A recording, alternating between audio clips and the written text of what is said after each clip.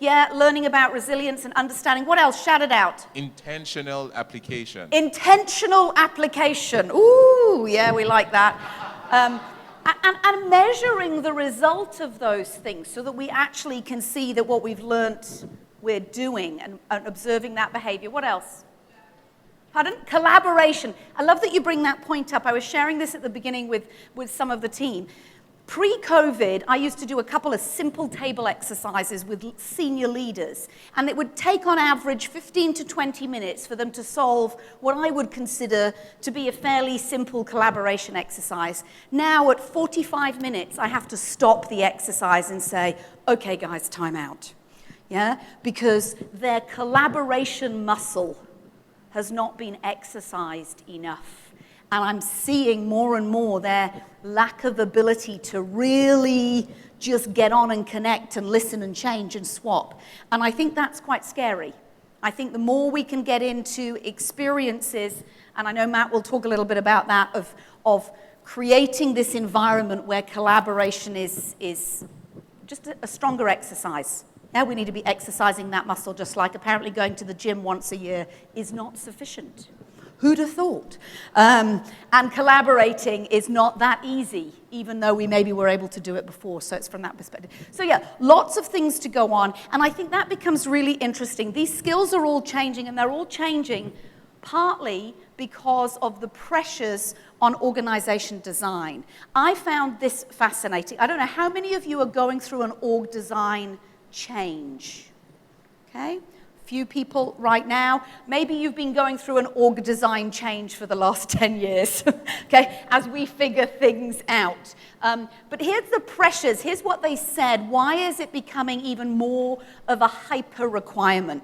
First of all, this whole thing of the new hybrid world of work. That is requiring a change in the way an organization does. Maybe not your frontline team, because your frontline team are still at the front line, but your back office team are changing the way that they operate and how all of that works. Also, your essential workers are deskless, and how they stay connected and how they do. You can no longer bring them in for a training program. You can no longer just keep kind of like doing the old way of doing things, and so the org structure needs to change. Digital transformation, you all mentioned, a lot of people are doing that. This was the one that fascinated me. The extra pressure is industry reinvention. Like we mentioned, oil and gas are suddenly going to sustainable energies. Omni-channel for retail. You're looking at fintech for the banking sector. You're looking at just the Costa Coffee barista needing to be multi-skilled and capable. In the airline industry, you're competing and fighting, but you're actually having to re-onboard a lot of new people that perhaps as you ramp back up, all of that is putting pressure on organization design. And just keeping the hierarchical structures or keeping the way that we worked before competes with all of these additional pressures that everybody's saying. If you need some stats to prove why it's important to build what Burson calls it, and a great, very lengthy, a bit if you want to go to sleep report, called Agile Organizations, he basically identified that an agile and accountable organization is 3.7 times more likely to delight customers and 2.3 times more likely to hit financial targets, but also more likely to be a great place to work, create a sense of belonging and create engagement, and be ready to adapt and adopt change and be more innovative. And so this ability to change an organization from what we used to know to what we need to do now is huge. Now, I'll be honest, I'm no org design expert, and as I read the document, I definitely think there needs to be people out there that do that well, because it's complex. But I did like some of the things that they talked about, and I'll share in a moment some of the starting steps. Yeah, only 11% globally have got it right, so give yourself a little bit of a break from that perspective. 25% globally still think they're in a haphazard structure, and 33% think they're in a traditional design. So I think our industry is changing. Here were the 4 things that I found fascinating. Data, you've already said, that's something we're learning. How do we redesign based on data rather than what the CEO thinks? or perhaps what you think from yesterday's conversations? How do we go out and get that data about where people are working and use this talent intelligence to help companies make better decisions? How do we create accountability charts and be really clear who's accountable for what, so that we can be crystal clear on how you might change? And I love this, involve the employees in design. I appreciate we've got some consultants in the room, but I'm sure that they wouldn't also want to go in and do a massive amount of work and change an organization without people talking about what actually happens in their jobs. I just think we need to be aware of some of these things. The third trend, to a certain extent, was current leadership bench. Now, there's lots around this, and I don't want to steal some of Chris's talking about transferable skills, but when we talked about the leadership skills, specifically leadership skills, these are some of the trends that we've had in the last, what are we, May, June? We're nearly into June, are we nearly into June? So in 2022, okay, if we ranked and analyzed the inquiries coming in, these were some of the skills that came through from a point of view of clients asking us here around their focus. I'd like you to take, because I'm doing quite well on my time right now, I'd like you to take a quick conversation, haven't got a slide for this, on your tables. What do you think the hardest skill is to teach your leaders? You were talking about your focus right now. What's the hardest? I just want you to come up with one per table. You've got 3 minutes. What's the hardest thing to get them able to do? Not learn, but do. So the number one skill that we said is probably the toughest to get across is listening to others and listening to yourselves as well, particularly referencing performance conversations. Okay, fantastic. Listening to self, listening to others, and particularly around performance conversations. What do we have over here? And remember, you might have had the same thing, but build on it, add something different. So I think we decided, or we agreed on that, our leaders need to be their authentic self. And that's the biggest challenge for leadership. Not everybody needs to be a clone of everyone, and we don't particularly have to have a role model, but it's just that, understanding your own self so that, people do appreciate the diversity within the firm. Great. And being your authentic self is hard when we keep training everybody to do all of these things which are in a model or the same or whatever else it might be. Yeah, difficult challenge, okay? What about from here?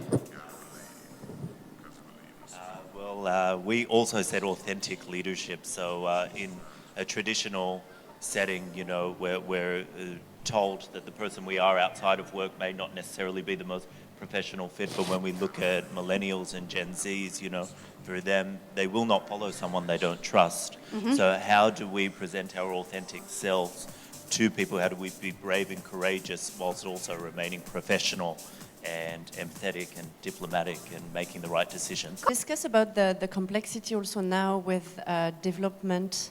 Like, people have a hard time to see how they can develop themselves, and they see their manager or their leader to develop them or the company to develop them, and at the same time they're not giving the proper time or they're not giving their self-dedication, and we find it hard, bringing things together. We were discussing like e-learning, we're seeing as before, as something, it was really good. Like, now people don't have the time to even watch something for like 5 to 10 minutes. So there's a certain complexity, and leaders want us to accelerate on development, but the population sometimes is a little bit...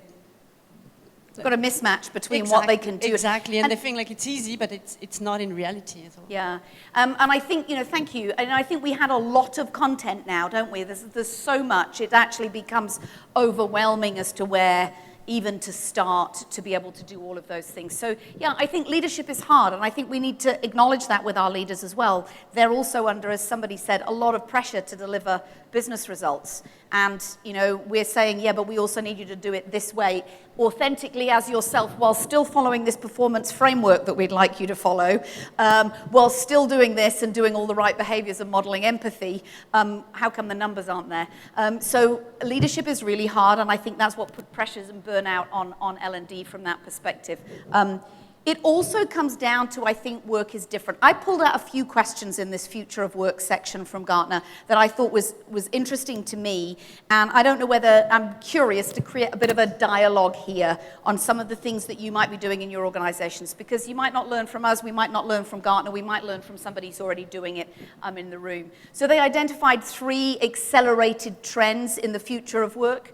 The 3 were around remote work, hybrid workforce, employee data or data, whichever country you come from. All right, fantastic. Who else? Who actually physically, I'm wondering, moved a team post-COVID? Because I know a lot of you have international organizations and that changed, but they actually moved a team post-COVID, just in front.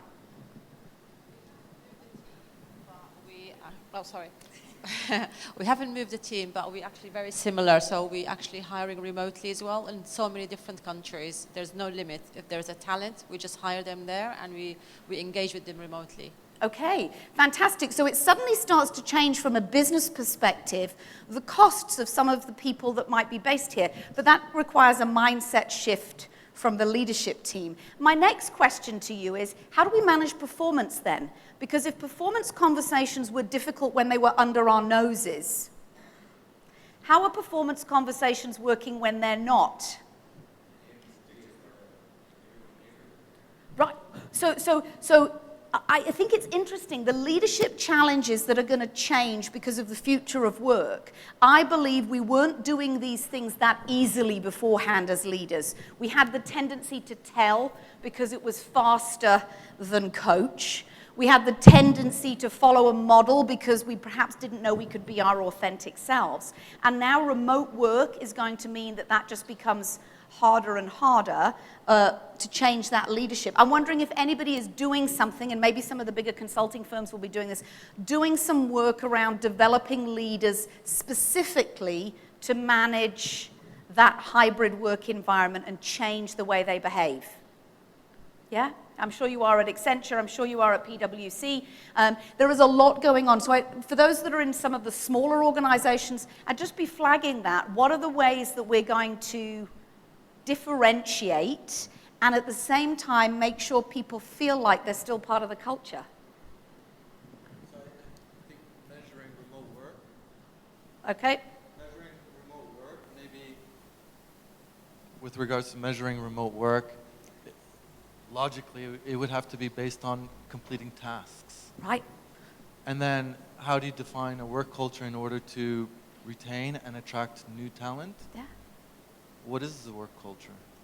So it becomes the interesting thing. So remote work, contingent workers, both come back to employee data. How do we use the data? But how do we not just become so task or data oriented that we don't have a vibe, that we don't feel like we belong, that we don't have that sense of, okay, I'm just a number so I can switch. Yeah, it's Especially if you're hybrid, so you have some that are on-site and then remote.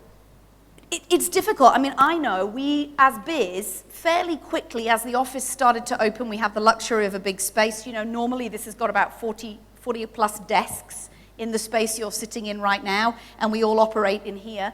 And it was fairly quick when we were able to come back that people were like, I quite prefer the vibe. Maybe not on a Friday. Funny that. But I quite like the vibe of being back in the office. That feels more productive. It feels more like a culture. Yes, I can be highly effective sometimes. When I'm at home by myself, I can get through a lot of stuff, but I don't get the vibe. So yeah, difficult. And I think it's going to fall on us, again, in L&D and HR, to suddenly say, well, now I've got to make those remote people feel as connected as the people in the office. And of course, it's going to be way easier for me as a leader to walk up and have a conversation with Natalie. If she's here, she feels like she's, more in touch with what's going on, and I've forgotten to repeat that. Employee data becomes very, very interesting, and again, I think you all need to become data analysts and use that information to determine what's going to go on. And I'd be asking you the question, are you using lagging data that tells you how many hours the person did on learning, their attendance, their show up, whatever else? Or are you actually using live data, which AJ will talk about in Viva? Are you working out who's collaborating with who?